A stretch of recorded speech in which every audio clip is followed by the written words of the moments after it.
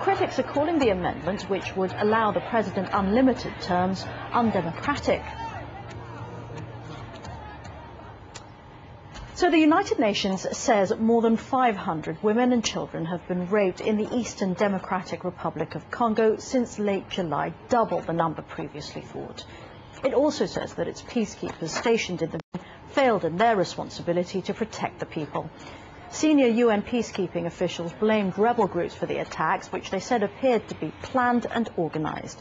They also announced new measures to help their peacekeeping force to prevent future attacks. While the primary responsibility for protection of civilians lies with the state, its national army and police force, clearly we have also failed. Our actions were not adequate, resulting in unacceptable brutalization of the population of the villages in the area. As well as the 242 women and children raped in North Kivu province, the UN now says there were more than 260 other rapes there and in South Kivu province. The DRC's ambassador to the UN said if international soldiers cannot help protect civilians, they should get out altogether. If your council believes that MONUSCO cannot help us in this area, then its presence would be totally useless, and you would then have to draw the appropriate consequences, clearly, to withdraw it, and let us deal with our own demons. Marcel Stoessel is the country director for Oxfam in the Democratic Republic of Congo. He says rape is a daily occurrence. Unfortunately, I'm not surprised about these outrageous atrocities because they are happening every day in Congo.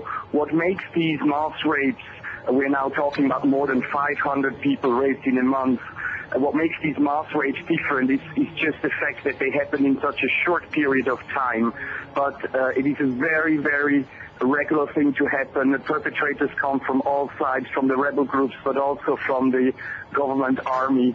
And per year we are hearing that about 15,000 rapes are reported, and that's just the tip of the iceberg because of the stigmatization of the population.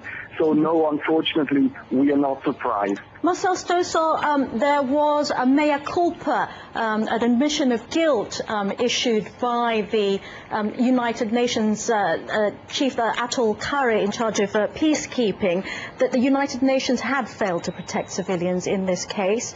How far does that go, though, with rape victims, with people who fear for their safety every day? Yeah, the mea culpa will not help the hundreds of people who may be traumatized for their life. What is needed now is action. We need action. We need a reform of the security services in Congo, because it's the responsibility of the government of Congo first and foremost to protect its civilians. But as far as the MONUSCO is concerned, we have been saying for a long time that MONUSCO could improve their performance, and there are some good examples in other parts of the country.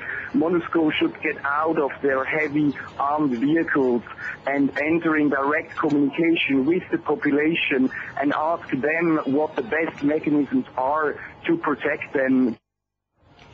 UN Secretary-General Ban Ki-moon is due to meet President Paul Kagame in Rwanda's capital, Kigali, on Wednesday.